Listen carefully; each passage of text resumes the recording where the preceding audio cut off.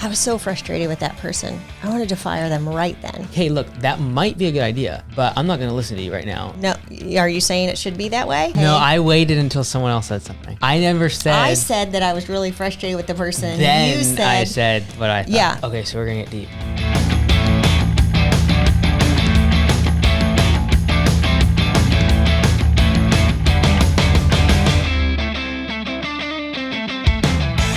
Hey everyone's Mike Andes, and today I'm actually going to be interviewed. This is Liz Neighbor. Hey. She's operations manager for Augusta Lawn Care. And someone in one of the recent videos made a comment that said I should be interviewed and that I seem to open up and have better answers when I'm being asked questions live. So we're going to go ahead and try that out. Liz will be the first of a few of the team that we'll probably have on and will interview me. This is kind of like a weird spot where I record usually. It's not really much space for the two of us. So I'm actually setting up a different spot inside my living room to be able to shoot in a better manner when there's multiple people on the show. So maybe in the future we'll have Lee or some other people ask me questions randomly and hopefully dig deeper and get some better questions and deeper material from myself that I have not talked about, which somehow I just don't know how it's possible after 1,000 videos on YouTube. That's what I said. But we'll see what happens. So I have no idea what she's going to ask. She has no notes, by the way, so it's just going to be really a conversation. I apologize again for the camera angle. We're kind of squashed together here just to try to stay inside the camera. It's hard to look at each other, so it's going to be a little bit weird of a conversation, but we will set up a better one down the road. So without any further delay, Liz, take it away and ask me questions, I guess. Interview me. I shall. So this afternoon, he texted me. He's like, hey, some of the listeners asked for someone to interview me. Do you want to shoot me some questions or something?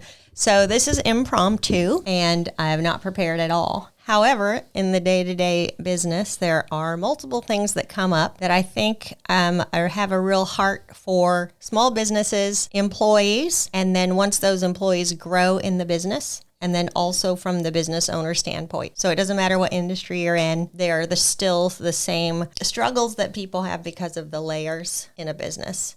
And whether you want them or not, they are there. They have to be placed and structured. So first of all, I'd like to come from an employee's point of view. So in any industry, whether it's in a store or you have a team of people and they are under managers, those managers answer to the owners. So if I'm an employee and I'm watching the owner, so let's say he's a legit person. He's not Joe Schmo sitting in his dollar store with all his wares around and sitting and watching TV till a customer comes in. I mean, he's on top of his game. He's a visionary and they're building a business.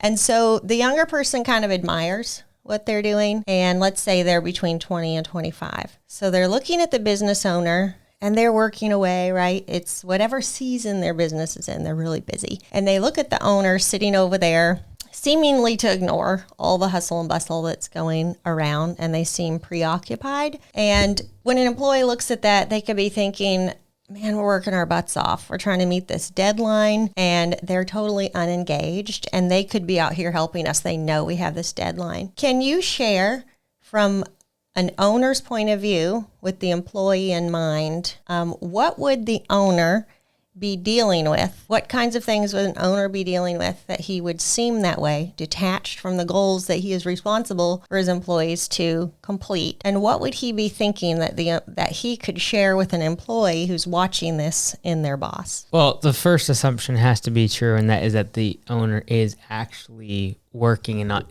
disengaged. Because otherwise, then the employee has every right to be questioning, in my opinion, why the owner is not setting forth the example that they're expecting of their employees. So if they're expecting something that they're not doing themselves, then I have a problem with that. But I said they were legit. Right. Yeah. That was just the assumption that I was clarifying. So assuming, though, that they are legit and that the business is in need of someone that's not an operator and more of a visionary, which is typically a much larger size business. Like we're talking at least 25, 30 employees before you really need someone that is going to even seem that way.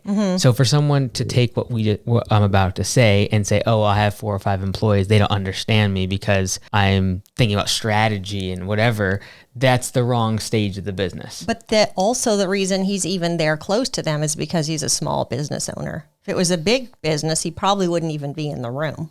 Yeah, but until a business gets to, in my opinion, at least 15, 20 employees, the owner is going to be very, very engaged with the frontline staff because really all they're doing is managing those individuals. It's not really until a business is larger or mid-size that you're actually needing time during the day to think about strategy and planning and future ideas for the business. So assuming all of that is the case though, so the business is legit, the company is of size to where actually thinking about strategy and having your head in the clouds is actually profitable for the business. Assuming all of that, then I would say to that employee that I would think of it like a football team. And that is, if you look at any, NFL team minus maybe one or two teams, the coach is like obese, old, and you would never want them on the field playing. So the question is, why do they get paid millions of dollars to sit on the sidelines like all the other fans and basically cheer and scream and tell people what to do? The reason is because they're focused not on playing the game, but figuring out the strategy for the team to execute on. And so even though it might seem in this situation, right size, business is growing, etc., that the owner is disengaged or not involved in getting their hands dirty, which is admirable and people usually admire, but is actually the less productive part of that owner's day to actually do the work. The same way that if a coach on the NFL team walked out in the field like, oh, like the defensive linemen are short a player, I'm going to hop in. Like the guy would get hurt, the team would lose, and ultimately like the quarterback would probably get hurt because there's no defensive lineman that's of any value. So ultimately the owner doing the work at that size of business. What size are we saying? At least 15, 20 employees. Okay, so a little more. If you're talking 5 employees and the owner has their head in the clouds or seems that way for more than just like 30 minutes to an hour a day, then I feel like the owner is actually at fault. Because the business is not of size to where doing that for the majority of the day is worthwhile. But let's think of the owner that maybe didn't have an education and he's struggling through some of the harder things of the business. Okay, so this is not like strategy. This is like office admin stuff. Yes, to where things that would be like of concern in his eyes, his face looks a little drawn. Okay, I see what you're saying. More like that. We'll get to the higher level. But when they're small, it's not like you would have lawsuits or things like that. But you could have been served something from the city for permits or something that you're doing in your business that has to be addressed. Fair Wages Act, or maybe somebody had harassed someone else at work. So you're trying to figure out the laws and what you can say and what you can't say, or the accounting part, or QuickBooks. And QuickBooks did an update and there's something different. You don't really get it, but you're trying to figure it out. Or you're just not sure how you're going to move funds around to even make payroll. Yeah. If you from this angle, like if 3, 4, 5 employees, even if we're not talking about someone focusing on strategy, but someone just being stressed and the employee not understanding why, the best way I would explain it to an employee is think of it as you coming to work every single day and you knowing that you're going to work all day long. You're going to work until the job is done, not when there's a certain time of the day. Just you have to work until it's done. And you might actually not make any money. You might actually lose money. Like it might cost you to come work that day. Like just imagine if your boss came up to you as an employee and said, hey, tomorrow you're going to work all day long really hard, but you're going to pay me to show up. That's what the owner's going through in the first few years of business because it's actually costing money to run the company. They're not making anything. And everyone would point to, well, that's what they get for being an entrepreneur, because they're risking that for future gain, which is true, which usually comes in after year 5, but it doesn't take away from the fact that it stinks like all get out, and the fact that there's a 90% chance they won't make it to year number 5 because just the number of businesses that fail.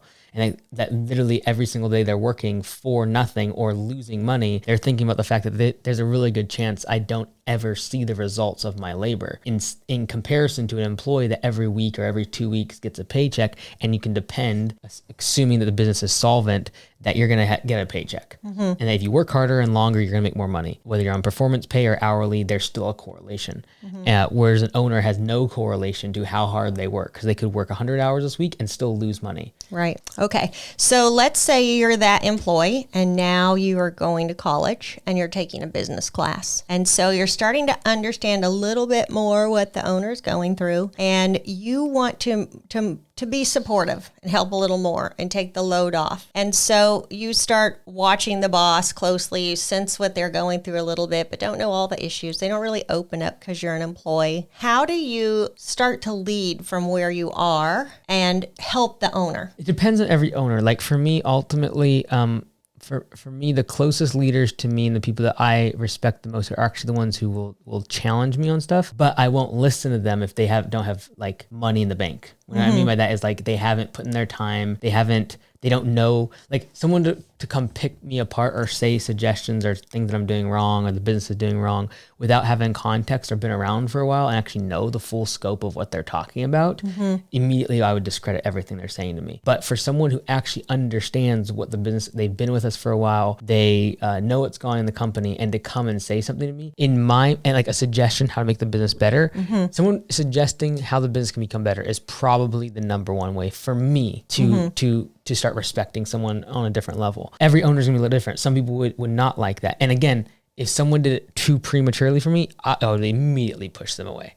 For sure. It's probably a flaw of mine, but like the people that come in and they're interviewing with me, but they really like to be on the media team. Yeah, or like saying things should be done a certain way. I'm like, hey, look, that might be a good idea, but I'm not going to listen to you right now. And, maybe it's a flaw of mine. Maybe I can't listen to someone who's just newbie. But that being said, if I'm actually looking at someone from a manager standpoint, like that they have more potential, that is something I'm looking for. How they present it, though, is important. And even a newbie I could hear and listen to, but how they would present it would be important. Yeah, so it'd be really grating if they just started, oh, you should try this and you should try this.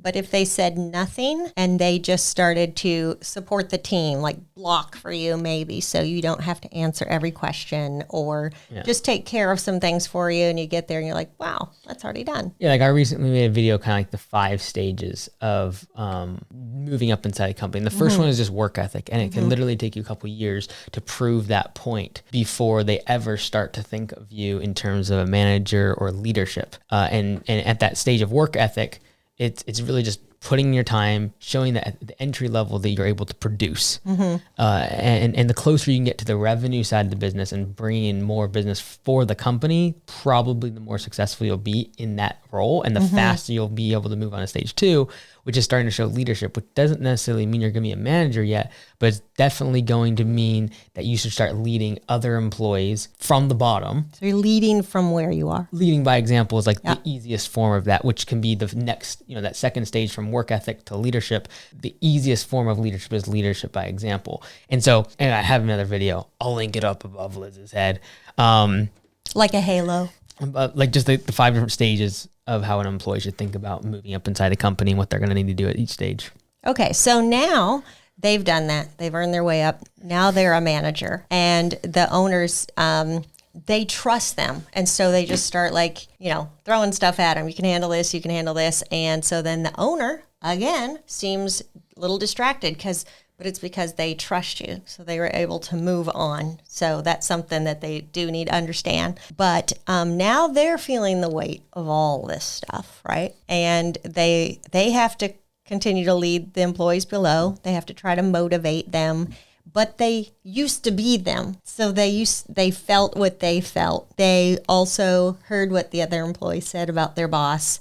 Employees that were maybe not invested, were just there for a short period of time and not planning to be there for the future. How does that employee who is now the manager, probably not making a lot more, but they're putting in the sweat equity to learn and things, how do they then manage all that load, which is their responsibility, and try to then teach these people, especially if they're young, to lead these people when now they're under pressure to get all this stuff done, but they can't get their stuff done, their own paperwork, their own everything, because now they feel like they're running a playground, but trying to motivate these people and do a good culture when they really don't have a whole lot of life experience yet. The employees or the manager that have life experience? The manager who used to be employee, who's still between 20 and 25 going to college. Got it. So I think the first thing is to realize that if you're in the organization where you were the employee and you became the manager, at the stage when you were the employee, the manager, your manager was probably the owner at that stage. Correct. Yeah. And so what you got to realize from a positive angle is the fact that,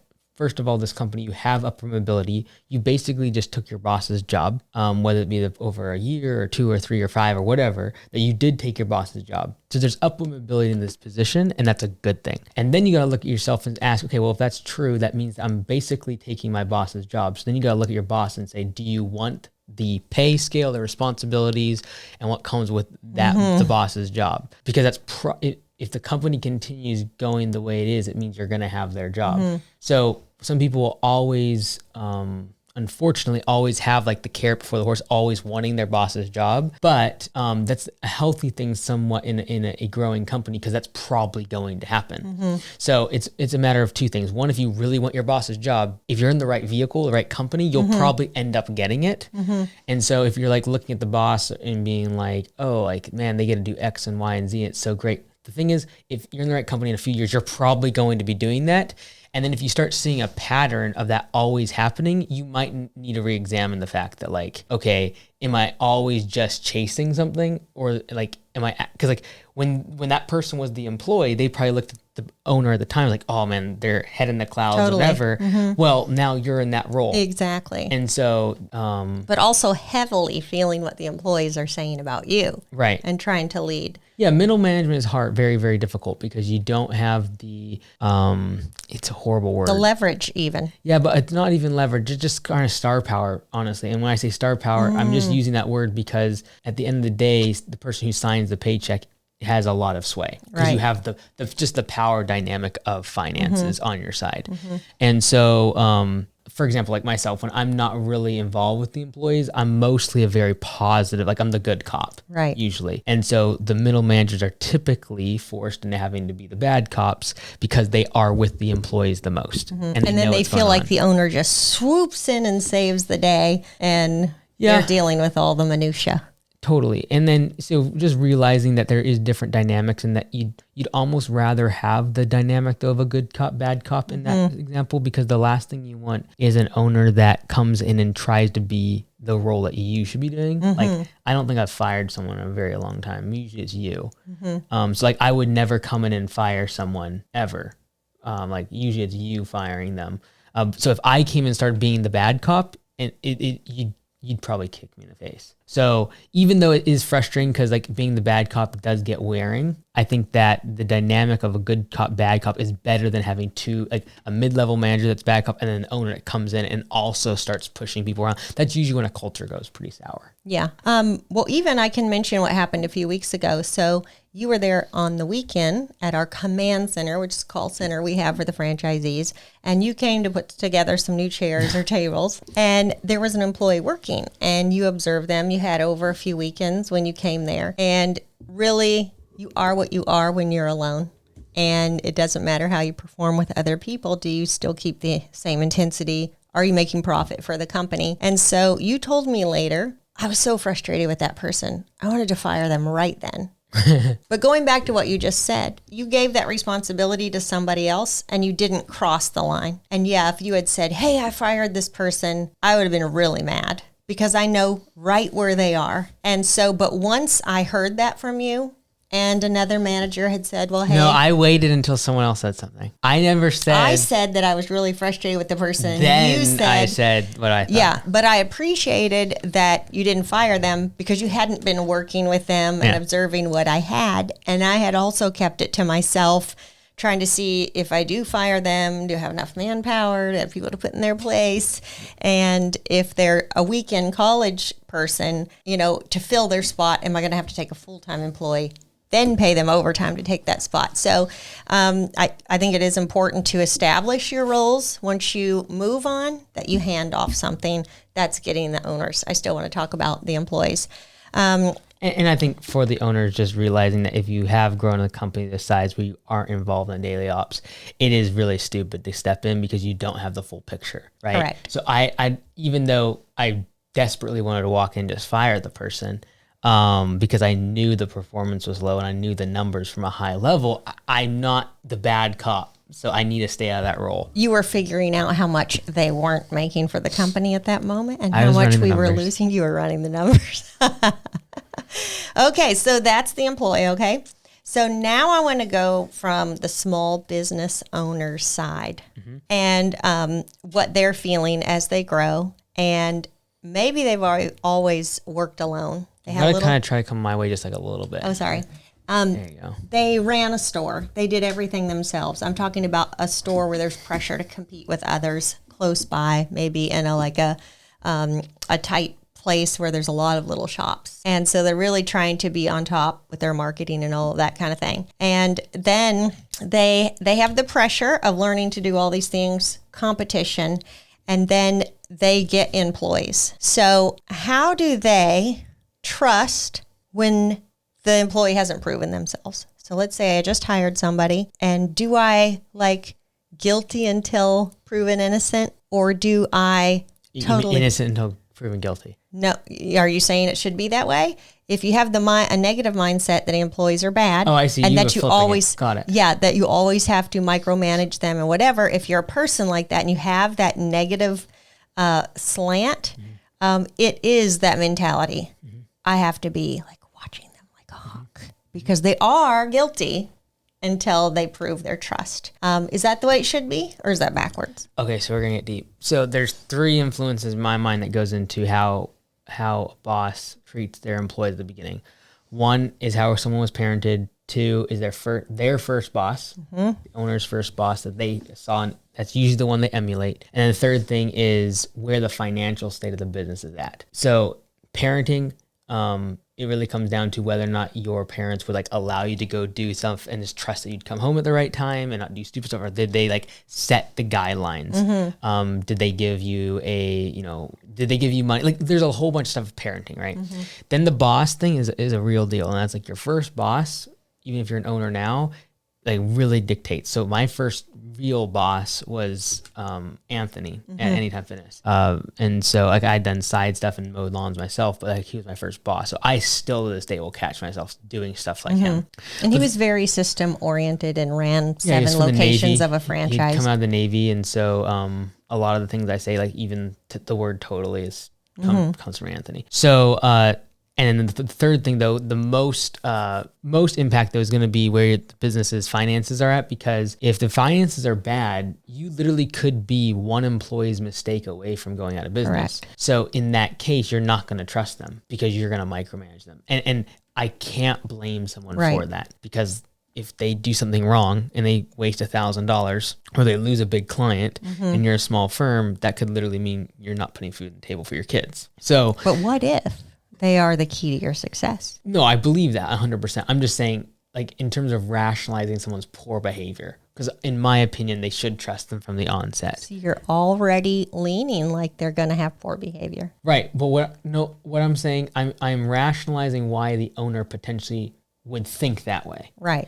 And that is, Which is most owners, I would say. right, being very defensive. If you hurt a dog, for example, and then you put it in a corner, it'll react very differently compared to if you just put it in a corner. If you put it in a corner and it's in a fighter, it's going to fight. If it has blood on it and if it's got wounded, it's going to fight till the death. And so for an owner that already has blood on them, i.e. they're about to go out of business or there's like financial pressure, they're going to react differently. And so I'm just giving an excuse, or I am just rationalizing why they potentially might do something stupid. You're defending. I'm defending them. And what I would, that'd be kind of like how an employee should rationalize it. If they know the business is struggling and they see the owner stepping on their toes a little bit and being a little bit micromanagement, like step back and realize that like the owner literally is so stressed out because they're like, that one deal could break them.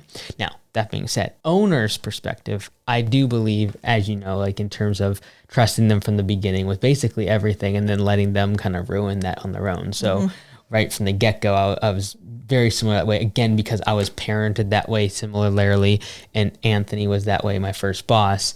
But I still know what it's like when you're really struggling financially to have tendencies to want to be more of a micromanager because you know the impact of them making the mistake could like put you out of business.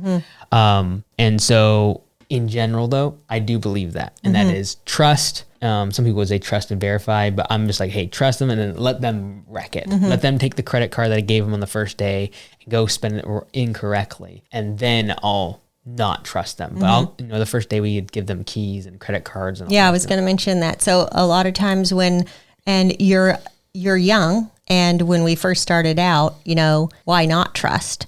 You were hitting bumps and having people have issues. It was just like, we just, kept rolling. We were building this thing.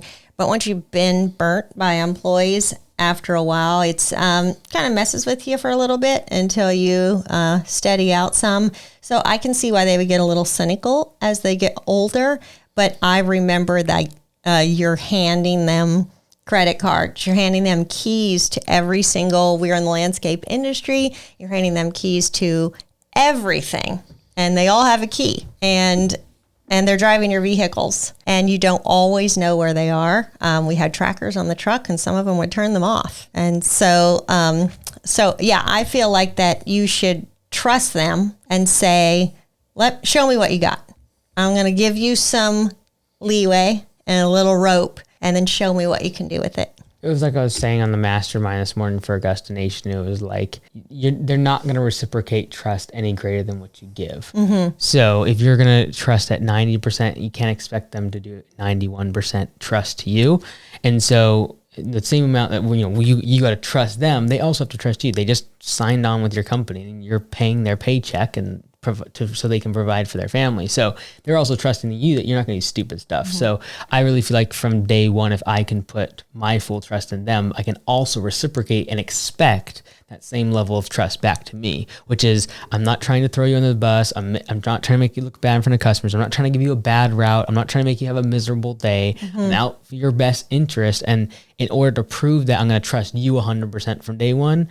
But I also expect that level of trust in reciprocation. But if you're going to have a low level of trust, you cannot expect them to have anything less than that trust that you've given. Well, as you as the owner watch them come up, and you know that when they're not at work, they're constantly, they might leave work and go work out. They do their homework because they're in college. They have, all kinds of exams and stuff. And then that when they're driving or spending other time, that they are actually listening to Audible books on marketing, business, leadership, teamwork, how to be a good employee and lead from where you are. And that they're doing all that plus working. Now, what if they do make a big mistake that costs the company money during that time? Yeah, so I know the example you're talking about, specifically the one that we lost like $30,000 on a fence because someone cut it down. And then that individual wanted to pay for it and couldn't really understand why. I was like, kind of like, hey, like, let's move forward, and it doesn't matter. Because you should be punished when you do something so terrible. Yeah, it really comes down to intent, right? Like, he had no intent to make the damage, and it wasn't because of negligence, and there was absolute, apology and remorse for what they were doing. So I don't think that one takes rocket science to kind of know if someone cares or not. So their response... Yeah, their response to making the mistake is important. That's why we have insurance and stuff like that too, to hopefully mitigate some of those of the financial losses. But their response to it is important. The fact that he wanted to pay for it, even though I wouldn't make him do that, it's just the offer to do that. And it wasn't like he shrugged it off. Like, it really impacted him. So that's something that where I'm much more forgiving in. That's really good. So there's one last thing that I want to address that I have noticed. And so let's say you have an employee that they have gifts, and it's almost like as they worked, that's my gift, is to find people's talent and put them in places where they excel. And so I would do that. I was like, oh, you know how to do that? Oh, you're good with Excel? Let's put you in this position. Do you think you could do such and such? Yeah, I'll try. And then, wow, they had it done for me in 15 minutes. I'm like, okay, there's this other thing I'd like you to see if you could do. And that's basically hiring up. It's hiring people that can do things that you can't do. And after a while, let's say you're in your 40s and they're in their 20s. Now you're the manager or the business owner. And you could actually get a little bit intimidated by that, or a little jealous, or feel a little threatened that they might know more than you. They might excel quicker, and they might not literally, but push you out. And because they're smart and they know more, especially young people with technology and all of that, they could have layers of stuff that they're involved in the business that you could have a little bit of fear that they would know too much about. So how do you feel like a person that's in their 40s who's now really, if they had to collaborate, it would be amazing if they took the gifts of the one person, the 40-year-old, and the gifts of the younger person and their extreme talent and put them together. It could be dynamite. But there's usually those feelings like you're young, you have no life experience, you really have no idea. And then the younger person is like, seriously, you think that way? Nobody does that like that now. Okay, so we got to understand the dynamic. So is the owner 40? Older. Is what I'm saying. Double the age. The owner, though, is older. The owner or a senior manager. Okay, and then someone that's younger is... Yes, so I'm talking like from the business owner or the senior manager. How can they take what is typically the dynamic between those two generations, we'll say, and create something great? Most of the time, there's a big gap there that can't be crossed. Because the friction of the two generations, they just don't mesh. I think there's strengths and weaknesses to every generation in terms of what they bring to the table. And obviously in this case, the superior being older has obviously either had more experience or some level of skill beyond that of the younger person. So that has to be taken into account. And then they might offer skill and experience, but then the younger person would offer technical skills or some sort of perspective that is going to potentially be valuable. And so I think realizing that having a Ferrari is really irrelevant if you don't have any fuel. But then also having a whole bunch of fuel with no car is also going to do you no good. So realizing that it's not like 1 + 1 = 2. It's like 1 + 1 = 100. And so... Yeah, that's awesome. It's like compound interest. Having the two together is the only way that it actually works well. And so it's not a matter of like, oh, the team together does better. It's like without the team members, we can't play the game. Like in baseball or football, if you don't have enough people, you have to forfeit. And so without both of those dynamics, there is no game to play. Without having the older, more skilled and experienced person, you do not have the vehicle to drive. But if you just have a bunch of gas, which is just like great skills and young and enthusiastic and really smart, then, light that gas and it just blows up. Like it's a lot of energy and stuff, but it doesn't get anywhere. But you got to funnel the two together. So they have to be mature enough to have a conversation together and understand that. If they don't, and they're not team oriented enough to realize that they need each other, that's when you probably have to fire one, not the other. So it is possible that the two generations could recognize their positives and their negatives and how together, if they have a deep level of trust and understanding of those two things, do you think they could really collaborate and do something amazing because of those two relationships? Yeah, and that's why, ultimately, a lot of people talk about diversity from a racial standpoint or from sex or skin color and stuff like that. But ultimately, diversity typically leads to better products and services because you just get different perspectives and different backgrounds that see things from a different angle and potentially might see things that were a blind spot for the other generation or the different race or whatever it might be. So diversity is overused in the workplace, but generally diversity is a very good way of seeing things from different angles. And, all the time I have ideas and then you or Lee or someone will just say one comment like, oh yeah, it's stupid. Yeah, forget it. Yeah, just move on. Like it's just dumb. So, otherwise that could have been, a 3-month project that we went and did that thing. But if we can just nip it in the bud, again, you have to have that money in the bank in that relationship for someone to be like, no, that's stupid. And then you're like, oh yeah, of course, not of course. So, but you got to respect each other and what the person brings to the table. And so I think really, really young teams, and when I say young, I don't mean age, I mean amount of time they've been together, it's harder to bridge those gaps of generational age or racial differences and things like that because you haven't built up the money in the bank of the relationship to trust each other yet. Once you trust someone, then it's a lot easier. Once you know that they have your back, you're more inclined to be like, okay, I might not see things the same way. You might have more skills. Like it's like literally like the defensive lineman versus the quarterback. Like, yeah, the defensive lineman's massive and super strong, but if you don't have the quarterback that can throw 40, 50 yards down the field or run or be agile, then like you're going to lose. And it's also wrong for the quarterback to mock the defensive lineman who's 300 pounds and say he's fat. Like, if without that, you would get clobbered. Right. So realizing there's just different positions on a team and different strengths and weaknesses, and if we can just get everyone in the right spot, that then we'll win the game. If we switch everyone up, like, oh, let's all be equal, and like the quarterback is going to play defensive lineman, the lineman's going to play quarterback. If everyone gets out of the wrong, you can have the right people on the bus, but in the wrong spot, and the whole thing falls apart. And so when people start jostling for other people's positions, it's the first sign of a failing team, because you can have all the right people, really good people, but if they're jostling for other people's positions and not content, like, okay, I'm a defensive lineman, I'm not going to be running 100 yards in this game for a touchdown. Like, I might never get a touchdown my whole career. Right. And no one's going to, get pictures of me with a Heisman trophy. Like, that's not the defensive lineman's position.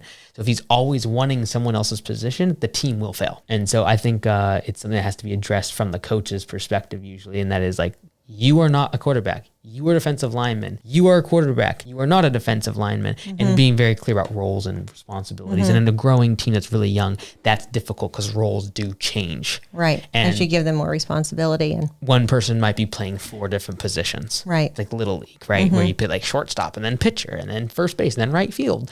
But like that's what is required in a small business. You have to do that.